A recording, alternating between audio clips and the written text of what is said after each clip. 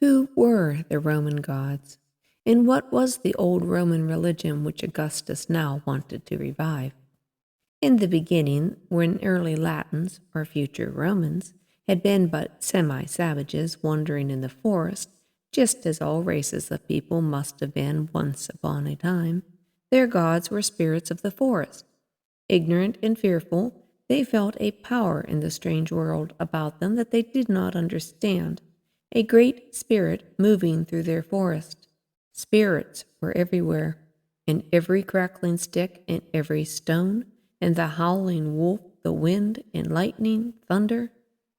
Water, fire, trees, all held spirits that could harm them, or perhaps be made to help them. To force or bribe or persuade these spirits to be friendly, they thought up strange taboos, magic formulas, and made human sacrifice, trading one life to save others. And, as if binding themselves into a bargain, they called what they felt and did religio, from the word meaning to bind fast. And that is what religion is. Man's desire and effort to bind himself fast and secure to the great spirit of the universe. Mars, it is believed, was the first spirit to be given a name by these wandering Latins. Every spring, when the winter was over, they set out to fight their neighbors for new fields to plow and plant. So that first month of the year, when they were filled with the spirit of war, became sacred to Mars, god of both war and seed time. When these wandering Latins finally settled down and became farmers, they found spirits of the countryside to worship. Pagan spirits, for country is what the word pagan means. Jove was the sky spirit who would send the rain. Saturn, the spirit of the plentiful harvest. Terminus was the guardian of the boundary stones, and there were many other. It was a simple family religion with no temple but the home, no priest but the family father. Above the hearth, the father's guiding spirit or genius, represented by a small figure, stood between two other figures, guardian spirits of the well-filled storehouse. These, representing the spirit and welfare of the house, were its lares and penates. Vesta, spirit of the hearth fire, was the heart and center of the home and was tended by the sisters of the family. Janus, the guardian of the house door, was paid his due respect by the brothers, that he might keep out enemies and all evil spirits. To all these spirits of the home and field, and there were many, the father saw that, with the help of his sons and daughters, the proper sacrifices were paid.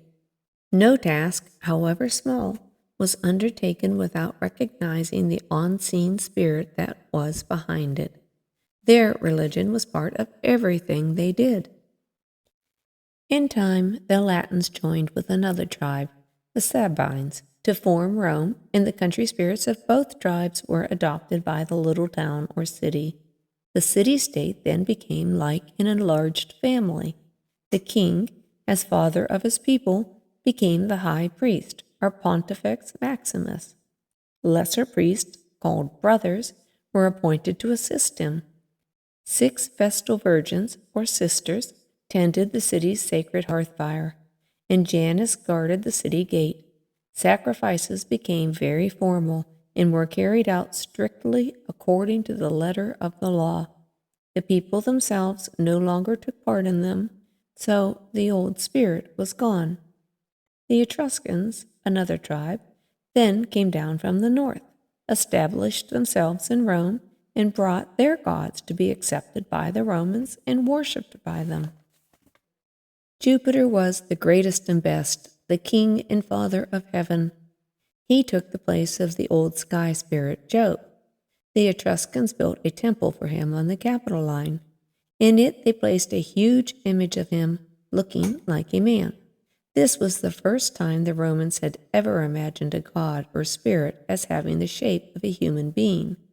Meanwhile, before Rome was founded, pioneers from Greece had landed in southern Italy and established colonies and towns. As Rome grew larger, the Romans began to trade with these Greek cities to the south of them, and gradually, one by one, they adopted the Greek gods. They carried back their images and set them up in Rome, and in most cases gave them the names of the old Roman spirits with whom they seemed to correspond. In time, all of the 12 Greek gods who were supposed to live on Mount Olympus had arrived in Rome and had been accepted there. In all the myths which the imaginative Greeks had made up about these marvelous creatures had been learned by the practical-minded Romans. According to these myths, in the beginning of the world there had been only Father Heaven and Mother Earth. They had children, huge, forceful, gigantic creatures called Titans.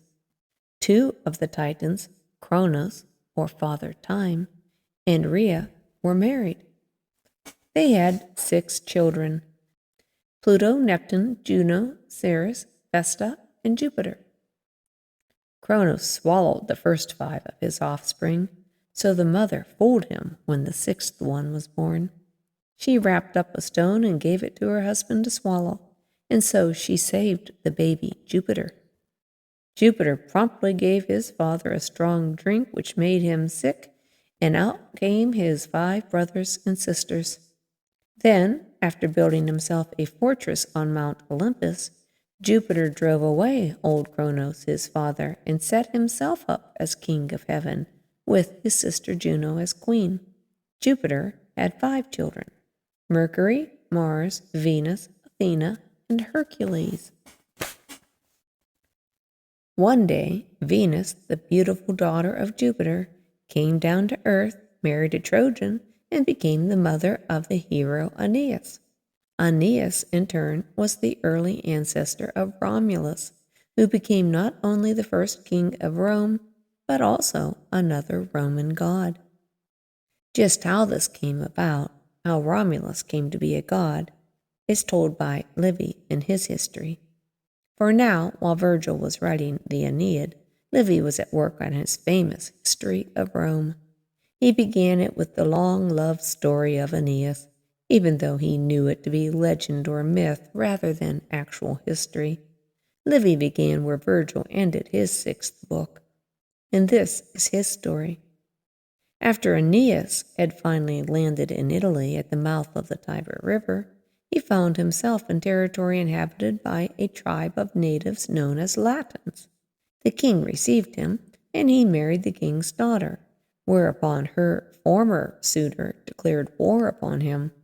After many mighty battles, in which the Etruscans came to help the Latins and the Trojans, Aeneas was finally victorious. Upon the king's death, he inherited the Latin throne. After his own death, his son became king and built a new capital for the Latins, Alba Longa, the long white town. 8 generations later, Aeneas's 7 times great-grandson was king in Alba Longa. The king had a very evil and jealous brother who drove him from the throne, expelled his sons, and, hoping to wipe out the family, forced the king's daughter to become a Vestal virgin. But Rhea surprised her uncle. She became the mother of twin sons, whose father was Mars. In spite of their evil uncle's attempt to drown them, these famous twins, Romulus and Remus, grew up, drove away their uncle, and put their grandfather back on the throne. Then they went northwest to found a new city for themselves on one of 7 hills overlooking a yellow river.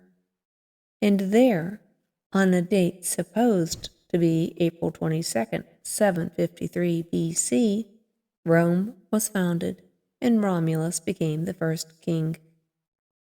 After telling the principal events of his reign, which included stealing the women of the Sabine tribe because the Romans were in need of wives, Livy tells how Romulus, that first mythical king, came to be made a god.